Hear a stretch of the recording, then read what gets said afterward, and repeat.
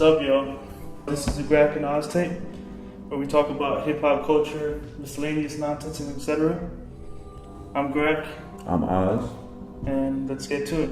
Yes. I know a question that a lot of people had, something that could help them get to know us better. Yeah, would be to talk about like how we started, how we got to where we are now. We both grew up in this project. Yeah, it was like low-income housing. You could only enter it through like walking into it or by parking in very dead-end areas. But it was a space where like it was easy to run through it and evade the cops. Yes, truly that. A lot of my memories of the place was like just hanging out with little kids, really, and then seeing. I remember I had neighbors that would drink beer all the time. It wasn't dark. They were really happy every day drinking beer. It was really interesting. Even though it was like a fucked up place to live, it was kind of beautiful if you're from that environment. Whatever was negative to both of us, it was just normal. Like we didn't know what was wrong or right because we lived there for a very long time, and just understanding what everybody had to do in the projects as far as like make ends meet, that was pretty much normal. If people were selling drugs, that was normal. If people was robbing people, that was normal. That's what we seen. That's how we was raised. Now that we're not living there anymore, I mean, I can see that shit was fucked up. Yeah, but it got broken down around 2006. Yeah, and then they started kicking people out. Depending on your criminal record, you may have gotten fucked by the move out, or if you didn't have any criminal record, you might get like Section 8. We're talking about a place that even during the end of the Dutch Point project era from like 2006, there were still people living in apartments and their neighbors' doors would be chained up and that would be super vacant. Like, yeah. It would look like an old Wild Wild West ghost town. Yeah, you might be the only person living in your like block. Yeah. Pretty much. But I remember by the time that we moved out, yeah, we were like the only people left. Every house looked the same. There were like gates in all the windows. Mm-hmm. There was always broken air conditioners and pornography, broken glass on the ground. Sometimes it'd be like needles and shit. I mean, you have drug dealers selling drugs in front of little kids. You see fights from women fighting other women, men fighting men, and men fighting women. And you would hear everything. Your neighbors had an argument, or if there was abuse in the house or something, you'd hear all of it. You can see somebody running from the cops. Literally, you just be outside and somebody's running from the cops and the cops will just pass you at the same time and you're like, oh shit, this shit's happening every day. I mean, part of what it means to live in that sort of area, you somehow, I think, from a very early stage, you want to do something about who you are, you know, and how you can maybe progress from that, or not even, maybe that's a little bit too advanced from that age, but just find a way to be something that can reach outside of that. And I remember mistakenly, I bought this game called Mark Echo's Getting Up, and I thought that it was going to be pretty much like a Grand Theft Auto game. Causing crime and just shooting people. I figured out that it was actually a graffiti game, and it functioned like a cookbook for how to do graffiti. It gave you like a terminology, it gave you like a really comprehensive list of a lot of legends, you know. It also gave you a comprehensive list of like materials and how to sort of do things for yourself. It's kind of like you play the game and it was like instead of becoming a drug dealer, a thief, person that just caused trouble, you went in the artistic route in a illegal way. Right. Yeah, like, say if you're going to be a drug dealer, say if you're going to be a gangbanger or whatever, all those fields they have their own terminology and their own material, their own legends that you have to know. Everyone who gets older, they end up getting into a subculture somehow. We figured out that this was also a world that you could study, that we had books. And jumping into the graph world, it wasn't that far from our environment that we was used to. Right. Like there's still drug dealers in graph. There's still gang bangers in graph. All of those things combined somehow. There's no way around it. And when I started, it just made me feel comfortable. Like if we had beef with another crew, that was nothing to me. Because if it comes down to a physical altercation, like I already understand that. I was already in an environment before that sometimes you do have to fight just to go to school. Like you just fighting to go to school physically. I don't mean like fighting for rights, like you was fighting physically. So it wasn't that far away from home, basically, for me. Right.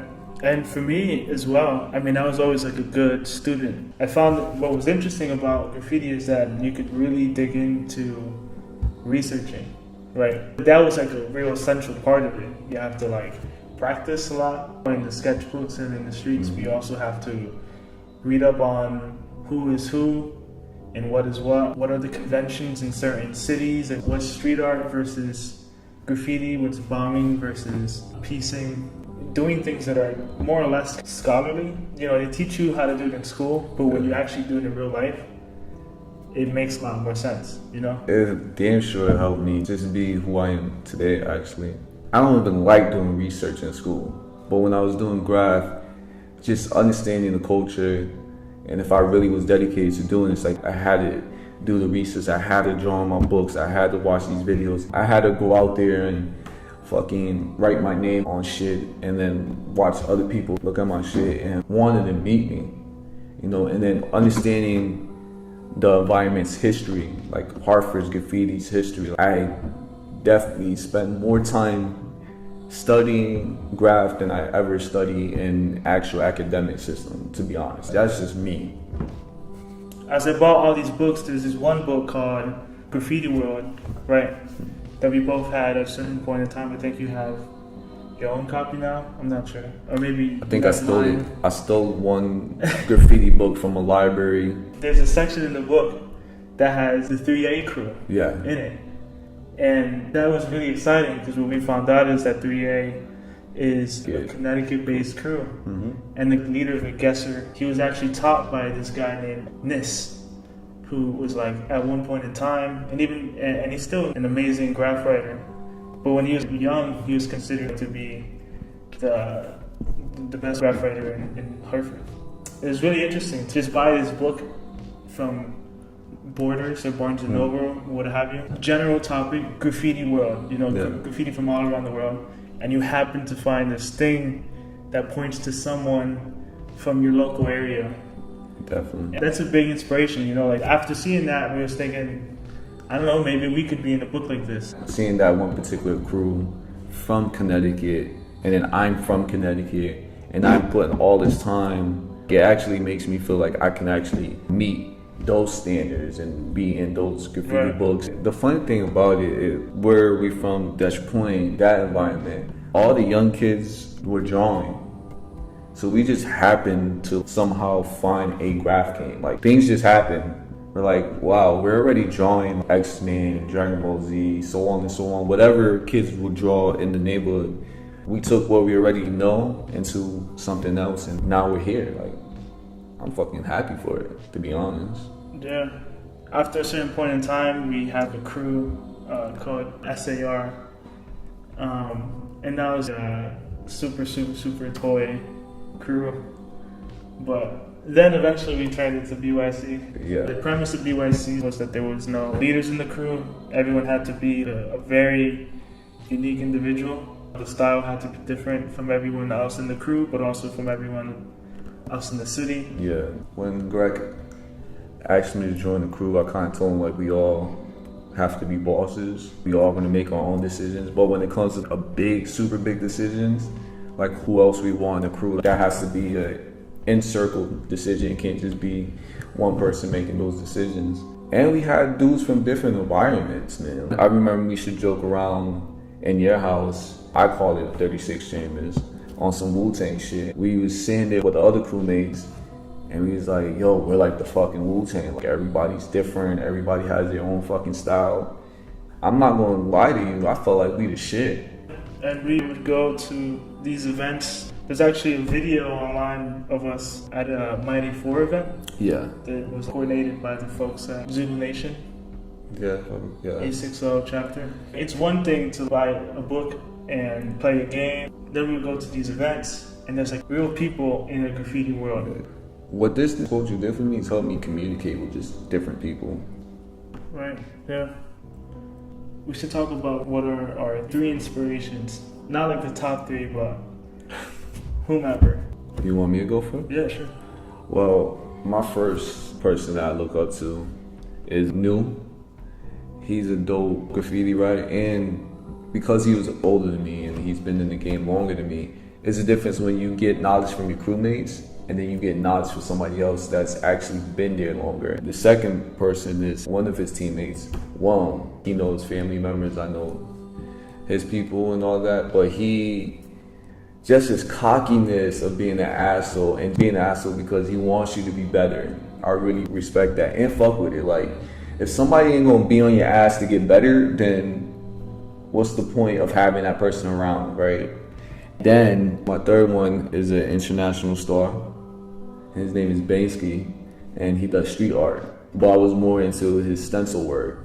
After just watching his shit, I was like, I have to fucking do it. And especially when we're in a crew with like about 7 other individuals, and I'm not the best pizza. Let me be honest. But what Banksy was doing, I felt like I can do and apply that to my crew. So those are my 3: Banksy, Whelm, and New.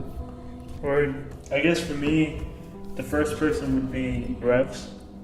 And he was actually in this book that I first got. It's called Getting Over Graffiti at the Millennium, written by Stephen Powers, who also used to go by the name Espo. They both do a lot of rollies. I'm a big rollie guy. And that book in particular, the Getting Over book, there was a page there that said you can do a piece with bucket paint, and that's a gallon of paint. I was like, let me try that out. I like Revs because there was this story that I read in the book where he had a partnership with this guy named Koss.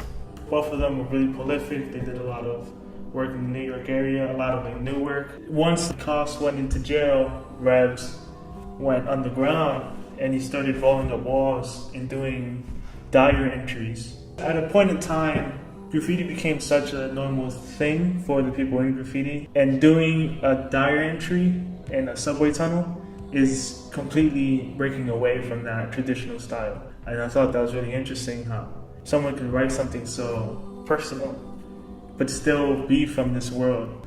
Another person that I look up to a lot and I like a lot is this guy named JA1, and I guess he's considered the best bomber that existed. He just kind of epitomizes what it means to be a good bomber. And the third one is Cape TLO. And Cape was a mentor of mine when I was younger. He was introduced to me by Karen, and she was also a mentor of mine. He helped me a lot in just reinforcing a lot of ideas about what it means to break away from, normal graffiti habits, what it means to be true to the craft as well. Also know like your history, knowing that there is a local history and that there are things that are important. He actually helped me get a connection with NIST, and NIST then did the chair piece. If it was just a regular barber in Hartford, it would have just been a barber. But to be a graffiti writer who's so important to Hartford, for that person to be the person in my piece, it just adds a lot of different layers of meaning. And Kate damn sure help BYC. If he takes your black book and drops something, best believe we were biting the fuck out of it. We was copying that shit. His style, mad old school, respected, and the knowledge that he gave us in general was definitely worth it. He damn sure schooled us, and we needed that. We really did needed that. Word. So I think that wraps it up for this episode of the GRAK OZ Tape. So once again, I'm GRAK. I'm Oz. Peace. Oz and myself are deeply disturbed by the latest expressions of violence that have transpired in our neighborhoods and the like. thus far in this country. We want to give our condolences to the families and friends of the victims of gun violence and police brutality, as well as wish safety on all of those whose job it is to keep us safe. While we are all affected by the ways in which people's identity becomes targets for subjugation, we acknowledge that there is a great need to emphasize that some people are far more marginalized and ill-treated than others, and their lives need to be treated with respect and compassion in order for there to truly be peace in America. Thank you.